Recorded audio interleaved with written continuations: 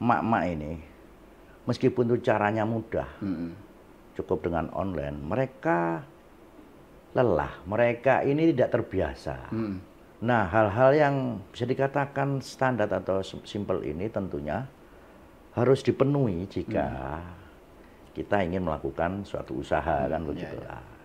Itu contoh, sehingga kami bersama teman-teman itu ya cukup banyak hal yang harus dilakukan untuk mendampingi mereka agar mereka bisa sukses dalam berusaha. Produk-produk tas itu murah, kemudian malah saiki jarang pakai tas, wong jarang bawa buku ya toh. Wes tambah ndak karu-karuan gitu loh maksud saya. Ini problem besar menurut saya bagi pemerintah provinsi untuk dipikirkan betul. Karena produk luar ini nyerang produk-produk di Jawa Timur ini cukup masif.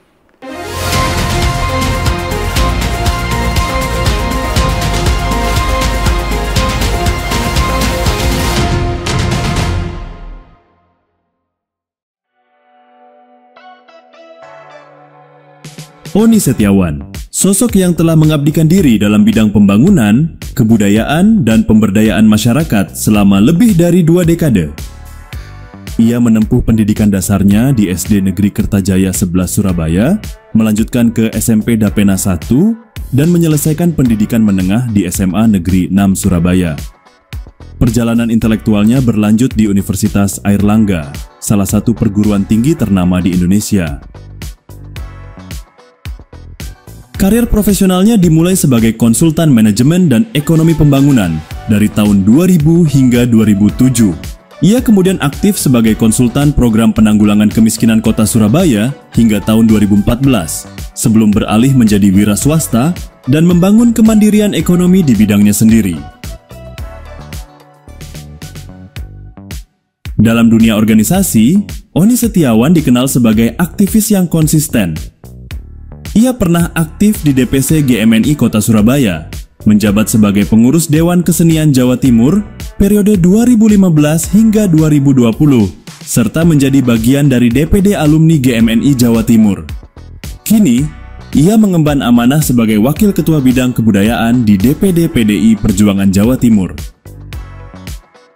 Dengan pengalaman yang luas dan komitmen terhadap perubahan sosial, Oni Setiawan terus menapaki jalan pengabdian untuk Jawa Timur yang lebih maju, adil, dan berbudaya.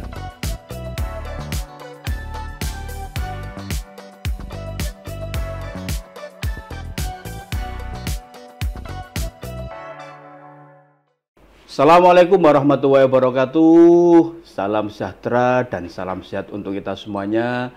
Tribuners, bertemu lagi dengan saya, Mujib Anwar, jurnalis senior Harian Surya Tribun Network, dalam acara yang sangat ditunggu-tunggu, podcast DPRD Jawa Timur, Gebrakan Wakil Rakyat. Tribuners dan para pemirsa dimanapun Anda berada, pengembangan UMKM dan koperasi sangat penting sebagai upaya untuk pemberdayaan ekonomi masyarakat, karena keduanya berperan langsung dalam menggerakkan ekonomi dari bawah, memberikan kesempatan yang lebih luas kepada masyarakat untuk terlibat dalam kegiatan ekonomi secara aktif dan mandiri. UMKM dan koperasi juga membuka peluang usaha bagi masyarakat kecil, menengah, dan juga masyarakat marginal yang seringkali tidak tersentuh oleh sektor formal atau korporasi besar. Tegasnya, ini menjadi salah satu jalur nyata bagi masyarakat untuk bisa mandiri dan berdaya secara ekonomi, menjadi lebih sejahtera. Tribuners, untuk itu, dalam podcast kali ini kita akan mengangkat tema pengembangan UMKM dan koperasi dalam upaya pemberdayaan ekonomi masyarakat di Jawa Timur. Nah, saat ini sudah hadir tamu istimewa. Beliau adalah anggota Komisi B Bidang Perekonomian DPRD Jawa Timur, yang juga politisi dari fraksi PDI Perjuangan Dapil Jatim 12 wilayah Tuban Bojonegoro. Kita sambut Bapak Oni Setiawan SE atau yang akrab disapa Mas Oni. Assalamualaikum Mas Oni. Waalaikumsalam Mas Mujib. Mas, terima kasih loh ini. Siap. Di saat di sela-sela kesibukan yang luar biasa masih menyempatkan diri untuk hadir mengulas tema yang sangat menarik soal UMKM dan koperasi. Ya. Mas Oni, ini kan salah satu sektor utama yang menjadi backbone ekonomi kerakyatan ya, UMKM dan koperasi ini. Bahkan koperasi itu kan juga soko guru perekonomian nasional. Tapi lebih lengkap lagi jika di situ ada UMKM. Nah, atas ini Mas, gimana untuk pengembangan UMKM dan koperasi di Jawa Timur ini, Mas? Bisa dijelaskan? Ya, terima kasih. Jadi begini Mas Mujib, berkaitan sama UMKM, usaha mikro, kecil dan menengah, memang kami konsentrasi pada usaha mikro saat ini ya. Mengapa demikian? Karena usaha mikro ini menjadi apa ya, termasuk bisa dikatakan tulang punggung perekonomian rakyat. Usaha itu bisa produknya macam-macam, ya kan? Contoh produk kuliner lah. Kemudian mereka bergabung dalam satu usaha itu, selain produk juga ada kebutuhan tentang keuangan, pemasaran dan lain sebagainya. Maka mereka akan lebih efektif jika diorganisir atau bergabung dalam satu wadah ekonomi koperasi. Jadi sebetulnya antara UMKM dan koperasi itu ya semacam dua sisi mata uang ya, yang nggak bisa dipisahkan. Nah, kebetulan kami juga karena sebagai partainya wong cilik, maka kami juga melakukan pendampingan. Gitu ya, pendampingan dan memperjuangkan beberapa hal yang berkaitan sama usaha mikro itu. Meskipun sebetulnya jika berbicara tentang kategori usaha, usaha mikro ini sebetulnya usaha mikro ini ya dikerjakan oleh 1-2 orang. Kemudian itu lebih ditangani oleh kabupaten sebetulnya. Kami di provinsi lebih pada ngomong industri kecil. Oh, industri kecil. Ya, industri mikro. IKM-nya ya? Ya, IKM-nya. Namun demikian, kami tentunya berkoordinasi dengan pemerintahan kabupaten. Terbaru kami melakukan pelatihan di salah satu desa di Sambung Gede, di Kecamatan Moraura, kepada ibu-ibu para pelaku usaha mikro. Kemudian oleh dinas diberi juga NIB, nomor induk berusaha. Kemudian kami undang juga pihak bank UMKM, di mana itu juga menjadi bagian dari Provinsi Jawa Timur. BUMD-nya Pemprov ya. Ya. Kemudian kita di sana juga dihadirkan para pelaku usaha yang sudah sukses untuk memotivasi. Jadi semacam itu yang sedang kami lakukan. Kemudian dalam waktu dekat mereka akhirnya disadarkan, salah satunya dibentuklah koperasi. Gitu.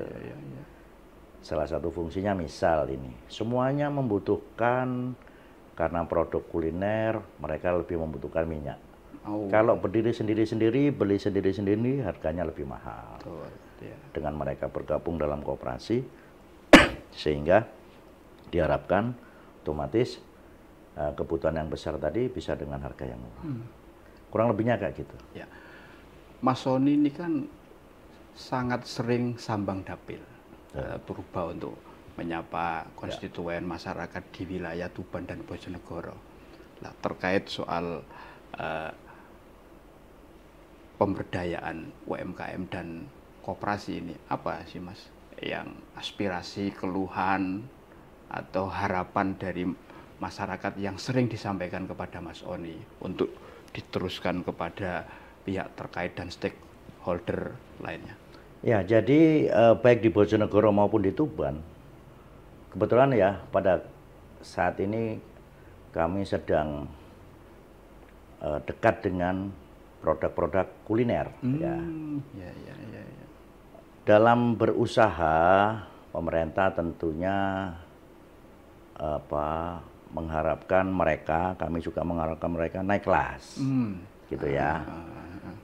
Produk-produk makanan itu selain ada nomor induk berusaha, kemudian tentunya ada beberapa izin yang harus dipenuhi ya.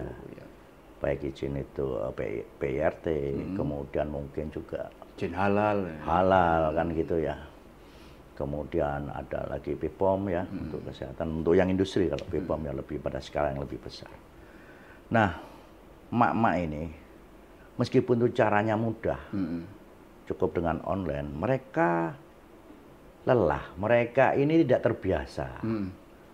Padahal izin-izin tersebut ya memang fungsinya lebih pada untuk bisa mengetahui siapa pengusahanya, produknya apa, higienis atau tidak, sehingga jika kemudian itu dijual, dipasarkan, bisa menembus pasar di luar wilayah Bojonegoro maupun Tuban.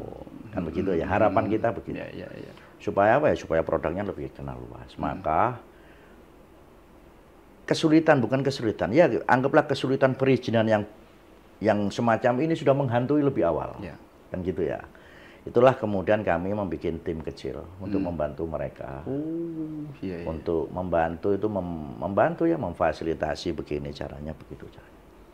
Itu salah satunya. Itu yang soal perizinan. Kalau yang lain di aspek pemasaran. Ini contoh. Suatu produk tertentu dikemas hanya biasa saja. Padahal kalau kita ngomong, kebetulan saya orang ya katakanlah manajemen, padahal berbicara tentang produk, strategi pemasarannya itu ada produknya harus bagus, berkualitas, kemasannya harus bagus, packagingnya Mas, packagingnya kan, kemudian harganya juga, otomatis kalau proses produksinya efisien, harga bisa ditekan. Kemudian promosinya juga, kan begitu ya. Kemudian mudah untuk mendapatkan barang. Nah, hal-hal yang bisa dikatakan standar atau simple ini tentunya harus dipenuhi jika kita ingin melakukan suatu usaha, kan begitu. Itu contoh. Sehingga kami bersama teman-teman itu ya cukup banyak hal yang harus dilakukan untuk mendampingi mereka agar mereka bisa sukses dalam berusaha. Saya pikir itu. Mas Oni ini kan sudah cukup lama ya mendampingi para pelaku UMKM untuk menjadikan produknya itu bisa lebih banyak lagi dan lebih diterima di pasar, kan seperti itu. Nah, yang sudah selama ini didampingi oleh Mas Oni ini sudah ada tidak yang misalkan naik level atau omsetnya ini makin meningkat, di ujungnya tentu menjadikan para pelaku UMKM ini lebih sejahtera? Ya memang belum nampak signifikan ya. Jadi yang kami dampingi baru bersifat produk-produk kuliner, di mana mak-mak itu, ibu-ibu itu biasanya jual. Ya kalau sore dia jual, ada booth gitu, dia jual baik kue maupun makanan yang lain. Nah pasarnya baru lokal. Makanya banyak dari mereka yang merasa ini tidak penting, izin dan segala macam, bikin repot saja kan gitu. Akhirnya kita sadarkan bahwa produk itu tidak bisa dijual keluar jika calon pembeli tidak yakin bahwa produk itu higienis, terdaftar dan lain sebagainya. Baru dia mereka sadar. Artinya edukasi itu menjadi sangat penting sekali ya. Karena sekarang juga eranya juga era digital. Mereka tidak boleh ketinggalan zaman. Kemudian ada kami desain grafis itu juga membantu. Jadi bagaimana caranya produk itu dikemas dengan baik, higienis dan layak lah ya secara itu. Kemudian dari sisi produksi kita, mohon maaf ya sedikit ngajari gitu, mana yang biaya-biaya bisa dipangkas sehingga bisa optimum produksinya berapa supaya harga bisa terjangkau dan lain sebagainya termasuk pemasaran. Nah memang ini yang baru kita lakukan ya di produk makanan. Mas Mujib sebentar saja saya mumpung biar nyambung. Produk olahan makanan yang terakhir bukan terakhir, berapa waktu terakhir kami datang itu di wilayah pantai. Pesisir ya. Pesisir. Kalau Mas Mujib pas ziarah ke Sunan Bonang Tuban itu ada ikan asap. Ya. Ya. Di situ kan ada ini ya, ada plaza ikan. Ya, ada plaza ikan. Kebetulan kami kemarin ketemu dengan para nelayan. Kami ingin meningkatkan nilai hasil tangkapan. Karena selama ini hasil tangkapan itu harganya kurang bagus. Dan tidak harus jadi hanya ikan asap. Tapi kita bisa mengolah hasil tangkapan tadi. Itu juga yang sedang kita lakukan. Yang saya sampaikan tadi di awal, lebih kepada masyarakat pertanian, ya produk-produk hasil pertanian itu diolah supaya punya nilai tambah. Kemudian disitulah kemudian kami mendampingi. Di Bojonegoro juga begitu, banyak mak-mak yang kemudian ya sama, relatif sama. Dan itu mudah dilakukan oleh mak-mak, hanya perlu diarahkan, ditingkatkan lah ya kualitas usahanya. Saya pikir itu. Artinya emak-emak ya, ibu rumah tangga ini akhirnya dengan pendampingan yang Mas Oni lakukan ya dengan timnya itu akhirnya bisa mendapatkan revenue ya, income sendiri ya. Betul. Nah ini kan penting ya. Artinya di mana katakanlah suaminya itu bertani, maka untuk menopang kebutuhan keluarga, mama bisa berkreasi dengan berusaha menjual kuliner tadi. Gitu. Intinya di sana juga. Jadi supaya berawal dari situ, nanti kan lambat laun terjadi peningkatan kualitas produk. Gitu. Mas Odi, sekarang ini kan era teknologi, era digitalisasi, era persaingan harga, kan seperti itu. Jadi pasar akan dengan cepat merespon jika barangnya baik, berkualitas, dan harganya murah. Dan apalagi sekarang belanja online itu kan sudah menjadi budaya sehari-hari kan seperti itu. Nah, terkait dengan itu, bagaimana para pelaku UMKM ini dan koperasi ini terkait dengan tantangan tersebut, Mas Oni? Apa yang mestinya perlu dilakukan dan dipersiapkan? Ini kebetulan cukup terintegrasi ya, artinya kebutuhannya cukup kompleks ya. Jadi contoh begini, produk makanan Mas Mujib. Mungkin platform marketing digital itu kan banyak ya, kita bisa menjual lewat itu tadi. Cuman bagaimana meyakinkan calon pembeli bahwa makanan yang akan mereka beli, yang akan mereka konsumsi itu higienis. Ya kan tentunya disitulah fungsi peran pemerintah untuk menjaga dan memberikan izin. Bahwa dengan izin tertentu sudah melalui pantauan pemerintah, produk ini cukup higienis. Maka yang akan membeli yakin.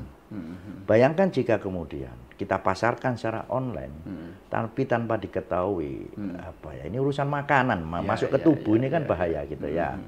Disitulah kemudian para pelaku usaha mikro untuk urusan kuliner baru sadar, gitu loh ceritanya, baru sadar bahwa iya ya, gitu. Jadi memasarkan barang pun itu juga masih ada kaitan sama tadi. Belum lagi kalau kemudian seandainya kita mau masuk ke pasar modern, ya, ke toko-toko itu. Tidak bisa jika tidak ada izin tertentu. Ya memang harus menjaga bagaimana konsumen yang akan mengkonsumsi produk itu aman betul. Kemarin salah satu produk yang menurut saya enak itu adalah kerupuk dari tulang ikan. Nah ini contoh. Beliau sudah berusaha dan saya rasa enak betul. Tetapi memang harus ada izin BPOM, gitu ya, untuk sebagai syarat dia bisa menjual. Maka harapan kami adalah pemerintah betul-betul concern juga membantu mereka agar mereka lebih cepat dan masif memasarkan barangnya, produk-produk. Gitu. Salah satu wujud bantuan, ya artinya kehadiran pemerintah untuk membantu dan memberdayakan UMKM itu apa, Mas? Selain tadi misalkan disampaikan Mas Oni, apakah memasarkan atau perbankan ya, bantuan modal dan lain sebagainya, seperti apa? Dan fakta di lapangan yang seringkali Mas Oni temui bagaimana? Ya, jadi pemerintah ini cukup apa ya ini kalau bahasa Jawa itu ya, kepondal-pondal ya. Apa? Kepondal-pondal itu bahasa Indonesianya apa itu? Jadi kemajuan teknologi ini, di mana para pelaku usaha maupun konsumennya bertransaksi lewat media-media elektronik, jadi di era digital ini gampang sekali. Pemerintah kesulitan untuk mengikuti. Contoh, mereka ingin membantu memasarkan. Para pelaku ini sudah tahu kok dia bagaimana memasarkan, ya kan? Sudah ada tutorialnya ya? Sudah ada, gampang sekali. Kemudian mau dibantu apa lagi sekarang itu gampang bagi para pelaku itu. Memang kalau dibutuhkan anak muda ya untuk membantu itu. Nah sehingga pemerintah provinsi yang saya tahu ini salah satu contoh, kemarin bank BPR-nya itu, bank UMKM-nya tadi disupport untuk keserannya itu beban bunga jika dalam 1 tahun 11 sekian persen, sekarang cukup dengan 3%.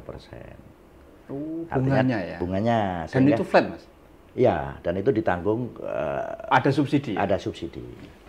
Kemudian untuk hak paten merek, pemerintah provinsi membantu itu untuk free pembiayaan, karena lumayan juga kalau kita hak desain, hak patennya itu tadi tergantung kategorinya, itu melalui Kemenkumham beberapa itu dibantu supaya free.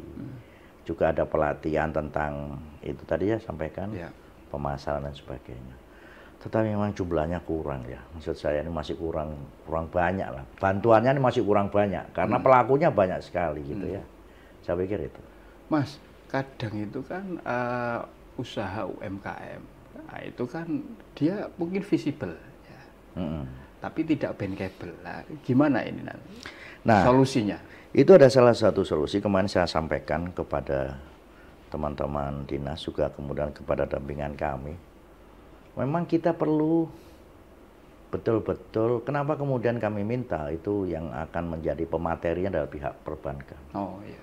Bagaimana cara mencatat? Mereka harus tahu kenapa sih suatu usaha itu dianggap layak jika dia sudah bergerak sekian tahun, anggaplah 3 tahun, dia sudah mengalami fase naik turunnya usaha.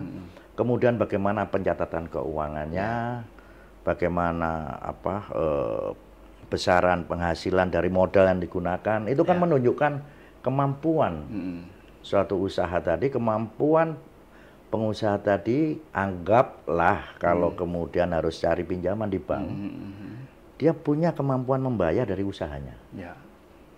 Nah, disitulah kemudian pelatihan pencatatan keuangan, manajemen keuangan dan segala macam tadi yang diminta sebagai syarat perbankan, maka itu memang harus dipenuhi, gitu ya. Hanya saja rakyat kecil kok jaluannya kok cek nemang angel ya, gitu lah. Kita tentunya ngasih terobosan lah, gitu. Terus kan ini kan sekarang kan lagi viral ya, produk-produk UMKM tertentu itu ternyata juga banyak digemari oleh masyarakat kan. Nah, di Tuban sama Bojonegoro ini apa Mas yang kira-kira jadi maskot atau mungkin produk baru ya yang tadi Mas Ori sebutkan tadi yang apa tulang ikan tadi ya kan itu ya kan ada tidak yang kalau di Tuban di Kecamatan Kerek itu ada batik ya, batik Tuban ya, batik Gedok salah satunya, dan itu sudah IKM ya. Baru beberapa hari yang lalu saya ketemu dengan pelakunya. Bagaimana kemudian mereka menyatakan ini cukup lesu sekarang. Terus kemudian ya kita ngobrol apa masalahnya. Mas Mujib, saya mohon maaf ya. Kalau kita belanja batik ya di Surabaya ini, ada yang harga 35.000, 25.000. Saya punya 4 itu baju itu. Pernah beli saya itu 4. Di Surabaya? Iya di Surabaya. 25, 35 coba bayangkan. Itu batik tulis atau batik pabrikan? Batik pabrikan dan kemungkinan bahan bakunya impor juga. Jadi persaingannya ini ketat. Gitu ya. Untuk itu. Sehingga ya apa ya. Ini perlu gimana ya, wong memang pasarnya itu terbuka gini kok gitu kan ya. Artinya apa? Dalam konteks itu tentunya mereka juga kesulitan untuk menembus pasar. Apalagi pada situasi yang sekarang ya, kalau kita punya baju satu saja mungkin beli lagi pas lebaran kan gitu ya. Artinya kebutuhan, tapi tetaplah harus dicarikan jalan keluar. Karena apapun batik Gedok itu, karena memang karya tangan ya, bukan karya mesin, sehingga tentunya harga itu berbeda. Tinggal harus cari cara bagaimana membantu mereka supaya konsumen sadar bahwa harganya berbeda memang ini, memang kualitasnya kan gitu ya. Nah ini contoh yang yang salah satu. Kalau yang soal kuliner itu ya malah saya pikir mohon maaf ini kita masuk ke salah satu toko modern. Sebetulnya kalau dengan amati betul. Di toko-toko modern tadi itu lebih banyak menjual snack, betul nggak kira-kira? Betul. Makanan ringan, minuman ringan, coba bayangkan produk pabrikan melawan UMKM. Waktu kita kecil apa itu keceput itu ya, kan makanan ndak umum itu ya. Sekarang ada itu yang dipabrikasi ya. Iya dipabrikasi, coba bayangkan apa aja itu yang sekarang keripik saja. Dikemas bagus rasanya. Nah kayak gini-gini. Dan harganya biasanya terjangkau. Lebih bersaing ya. Lah itu kan. Nah ceruk-ceruk itulah yang kemudian harus jeli kita membantu atau memperjuangkan mereka ini. Ya produk-produk kuliner itu juga berat lah pertarungannya. Mulai dari produk kuliner, produk sandang, berat pertarungannya. Kemarin saya ke beberapa waktu yang lalu saya ke kami Komisi B ke mana Tanggulangin, di mana dia jaya sentra tas di eranya kan. Nah sekarang produk-produk tas itu murah, kemudian malah saya jarang pakai tas, wong jarang bawa buku ya toh. Wah tambah tak karu-karuan gitu loh maksud saya. Ini problem besar menurut saya bagi pemerintah provinsi untuk dipikirkan betul. Karena produk luar ini nyerang produk-produk di Jawa Timur ini cukup masif. Artinya perlu campaign Mas, kampanye kan, agar salah satu upaya untuk membantu agar produk UMKM ini terbeli kan, cinta produk dalam negeri itu kan menjadi sangat penting. Itu harus untuk menunjukkan nasionalisme. Saya pikir itu harus dilakukan oleh kita semua termasuk oleh pemerintah untuk selalu menyarankan untuk mencintai atau mengkonsumsi produk dalam negeri. Tetapi juga perlu dicatat supaya kita tidak manja. Bahwa apapun ini sudah keburu pertarungan ini bebas. Pasarnya bebas ya. Pasarnya bebas, daya belinya menurun. Coba bayangkan. Sandal aja sekarang ya Allah murah. Baju murah, semuanya tuh murah. Makanya banyak saya saya amati ini mohon maaf ini, kasihan juga ini pengusaha-pengusaha atau pengusaha kecil. Baru buka warung, ngejar murahnya, dia jual murah, akhirnya tutup. Karena untungnya nggak nyampe. Bakar uang ya, bakar uang ya Mas. Iya, lu karena dia nggak ini gitu loh maksud saya. Ini menurut saya harus ada apa ya, effort yang lebih dari pemerintah untuk membantu mereka. Saya pikir itu. Ya. Kan kalau effort itu tidak diimbangi dengan bantuan ya, mungkin secara nyata Mas, kan effort kan harus ada tidak ya, misalkan dari APBD Jawa Timur itu yang khusus untuk support agar UMKM, koperasi itu lebih berdaya kan, seperti itu, bisa naik kelas. Ya. Tentunya sesuai dengan klasifikasi masing-masing ya, Ya. mana yang mikro, mana yang kecil, mana yang menengah, Ya. kan, seperti itu. Itu memang ada Mas Mujib. Tetapi saya ngomong fair di sini. Bagaimana bantuan itu sudah dikemas dalam bentuk menu bantuannya. Oh. Nah ini kan masalah sebetulnya. Ya ini karena ada sistem ya, sistem yang ini contoh. Kita berbicara tentang kuliner, mereka membutuhkan alat apa itu namanya, blender atau apa itu, supaya dia bisa memproduksi dengan kualitas yang bagus, kuenya tadi cukup massal, ya meskipun lebih efektif dan efisien dia. Tetapi program itu tidak ada, bentuk bantuannya tidak ada di menunya. Menunya itu Menunya ada, pemerintah tidak ada. Artinya apa? Seharusnya pemerintah mendengar dulu, melihat dulu, tidak asal saja disediakan bantuan misal, anggaplah blender. Ya. Ternyata yang dibutuhkan yang lain. Lah ngapain juga diambil? Tapi bagi rakyat kalau nggak diambil yang mana? Kan malah nggak pas gitu ya. Ini contoh saja. Maka alat pengemas misal. Ya saya pikir pemerintah harus lebih mendengarkan rakyat lah. Kami kan turun itu dalam rangka menyampaikan itu. Gitu, kan kalau UMKM, koperasi ini kan leading sektornya Komisi B, kan seperti itu. Ketika ada aspirasi, harapan, keluhan dari masyarakat kan tentunya kan disampaikan ya sebagai bentuk pengawasan, evaluasi, monitoring. Lah prakteknya seperti apa Mas Sony? Aduh, saya mohon maaf harus sampaikan itu ya tadi banyak menu yang tidak sesuai dengan kebutuhan yang ada di bawah. Contoh ini, pada saat kita harus mengolah hasil laut, anggaplah usaha kecil itu menjadi industri kecil atau apapun namanya, penampungan ikan dan sebagainya, nggak ada di menu itu. Padahal itu yang sangat dibutuhkan oleh mereka. Itu dibutuhkan. Misal alat asap. Ya, kemudian misal oven, oven bagi ikan itu ya, nggak ada. Ya saya nggak bisa membantu rakyat itu karena di menunya nggak ada. Nah ini maksud saya menjadi PR kita. Setelah kami turun dengan semua instrumennya, itu kami membawa kebutuhan rakyat ini tadi gitu loh. Ya jangan ya sama-sama jangan males lah, gitu loh maksud saya. Ya kalau memang kebutuhannya alat-alat masak, ya masukkan di menu nantinya. Tapi kan terlalu lambat. Aduh ya kurang lebihnya begitulah ya, kurang lebihnya begitu. Itu kan mestinya karena menu itu sudah tersedia, kan setiap tahun kan biasanya kan dia seperti itu ya. Kok tidak ada evaluasi Mas Oni?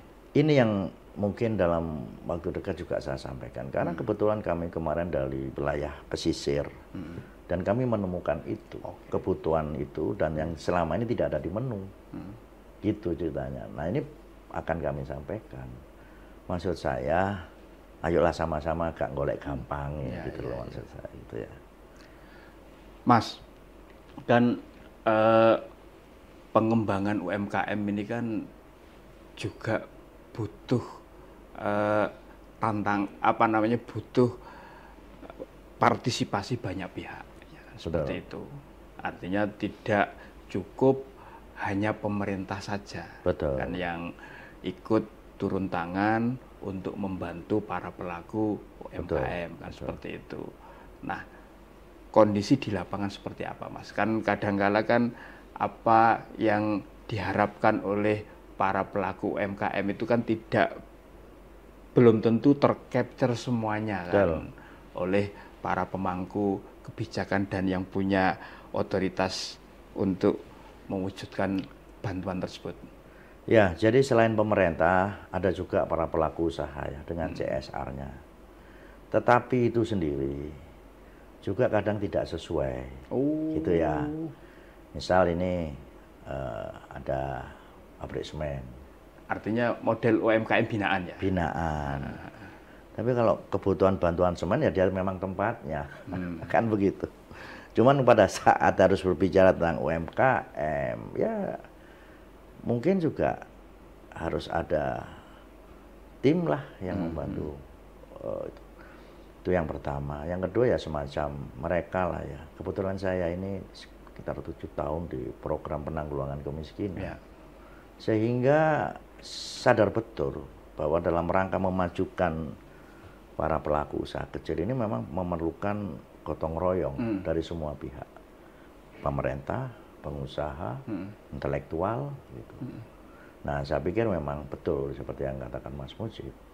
Kita semua yang memiliki potensi lebih dalam tanda petik menyisihkan energi atau apapun itu untuk kemajuan UMKM. Saya pikir itu.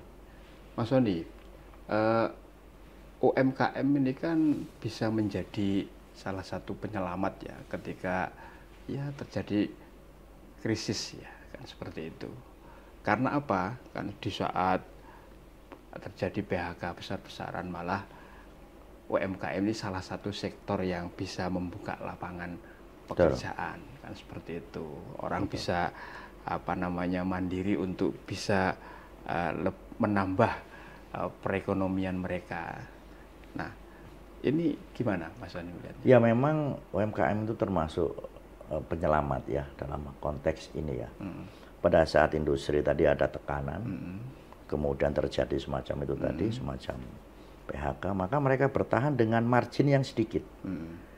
Merubah value-nya meskipun sedikit tapi ada hasil. Dan itu terjadi pergerakan ya. Lumintu lah kalau Lumintu. Ya. Sambil menunggu konstruksi perekonomian ini strukturnya berjalan kembali. Mereka bertahan. Karena mereka juga tidak menggunakan modal dengan bentuk dolar dan segala macam. Dia nggak terkena efek itu. Dia punya daya tahan yang kuat. Tetapi maksud saya, itu kan sifatnya sementara. Gitu loh maksud saya. Lah kapan meningkatnya kalau kemudian kita selalu berkutat pada hal yang semacam itu. Maka UMKM-nya juga harus naik kelas dong, gitu loh maksud saya. Artinya berarti syarat untuk bisa naik kelas? Dari sisi produksi, ya kualitas produknya harus dinaikkan. Otomatis meningkatkan produksi tadi selain dibutuhkan mesin-mesin ya, ada juga SDM-nya juga paham. Ya kan. Kemudian dari sisi pemasarannya, dari sisi keuangannya. Nah, ya kalau itu mengandalkan modalnya sendiri, ya pastilah dia punya kapasitas investasi nol namanya. Kalau kita akan berbisnis itu ada standar minimum. Nah itu kan bisa harus ditopang oleh perbankan misal. Nah mau pinjam syaratnya juga ruwet yang tidak karu-karu. Nah ini fungsi pemerintah harus mempermudah ini supaya dia cepat bergerak gitu loh, supaya cepat berproduksi, cepat memasarkan dan sebagainya. Apalagi ini ya Mas Soni ya, yang kontribusi UMKM atas PDRB ini kan sangat besar ya. Sangat besar itu. Dan itu tadi dia ini pahlawan real kok. Real, dia sektor real betul. Ini coba sekarang situasi kayak gini. Ada banyak faktor eksternal dan global ini ya. Iya, ini sudah bisa hampir diprediksi ini. Artinya di sana akan memunculkan para UMKM baru dan sebagainya. Gitu saya pikir ya tugas pemerintah lah, saya mikir lah kan gitu ya, mosok ya supaya kita sama-sama memikirkan tentang keberadaan UMKM dan kemajuannya karena memang itu tulang punggung kita. Mas Soni, terakhir ini apa ini harapan ya dan pesan dari Mas Soni ini agar UMKM dan koperasi di Jawa Timur itu makin berkembang dan punya daya saing lah kan seperti itu untuk masyarakat itu lebih sejahtera secara ekonomi. Ya, memang pemerintah harus UMKM harus naik kelas ya. Maka dari sisi produksi harus ditingkatkan kualitasnya, dibantu peralatannya, kan gitu ya. Dari sisi pemasaran dia harus dibantu juga. Dari sisi keuangan, mengandalkan koperasinya saja itu kan kurang. Supporting pemerintah ini penting untuk mensupport pembiayaan. Jadi banyak hal yang menurut saya harus dilakukan oleh pemerintah. Dari sisi peningkatan produksinya, kapasitas, memudahkan izinnya, ngasih pelatihan supaya pangkanan mutu higienis macam-macam, pencatatan keuangannya. Artinya itu agak diseriusi, lebih diseriusi, gitu loh maksud saya. Supaya mereka naik kelas, Saya pikir itu. Untuk pemberdayaannya ini, apakah yang didahulukan mana? UMKM dulu, atau koperasi dulu, atau bareng, atau seperti apa? Ya, UMKM ini kan pelaku bisnisnya. Ya. Kalau mereka bergabung, diwadahi dalam satu bentuk yang namanya koperasi. Nah, itu ini kan lembaga. Koperasi ini kan lembaga bisnis sebetulnya. Yang pemerintah lebih banyak membantunya di sana. Jadi dikonsolidasi atau diorganisasi atau berkelompok menjadi satu badan usaha. Ini contoh. Pada saat seorang pengusaha mikro tadi mencari modal, dia cari dengan berteman, dengan di koperasi tadi dia lebih kuat, dia bisa lebih efisien, dia lebih mampu mengkolek dana untuk perputaran dan lain sebagainya. Jadi dua hal ini harus, menurut saya harus seiring gitu loh. Saling mengisi ya? Saling mengisi, betul. Satu pelaku bisnisnya, satu lembaganya, gitu menurut saya. Mas, paling akhir ini, untuk closing statement Mas, apa ini? Agar UMKM dan koperasi kita itu makin berkembang dan berdaya, di ujungnya tentu masyarakat kecil, terutama para pelaku UMKM ini bisa semakin sejahtera. Ya, jadi saya setuju sama tadi, kita harus bergotong royong. Kita harus bergotong royong, pemerintah harus sungguh-sungguh membantu mereka. Kemudian para pelaku usaha mikro ini tadi harus betul-betul bersemangat, nggak boleh males, mau maju kan gitu ya. Lah pihak-pihak yang punya potensi menjadi mitra, baik itu perusahaan menengah atau besar, juga bisa menyedot hasilnya, gitu maksud saya. Nah, ini penting. Ya, jadi supaya ini yang disebut gotong royong gitu loh. Supaya yang di bawah ini juga bergerak, bisa mensuplai yang ada di level di atasnya. Saya pikir itu. Oke. Mas Sony, terima kasih ini pencerahan dan ulasannya terkait pentingnya melakukan berbagai macam upaya agar UMKM dan koperasi kita itu makin berkembang dan lebih berdaya serta bisa mesejahterakan masyarakat. Sama-sama. Baik, Tribuners, terima kasih juga Anda sudah setia menyaksikan gebrakan wakil rakyat di podcast DPRD Jawa Timur. Tetaplah setia di channel kesayangan Anda, YouTube Harian Surya Tribun Network. Mata lokal menjangkau Indonesia. Saya Mujib Anwar undur diri. Assalamualaikum warahmatullahi wabarakatuh. Salam sejahtera untuk kita semuanya. Dan jangan lupa belilah produk-produk UMKM. Cintailah produk dalam negeri.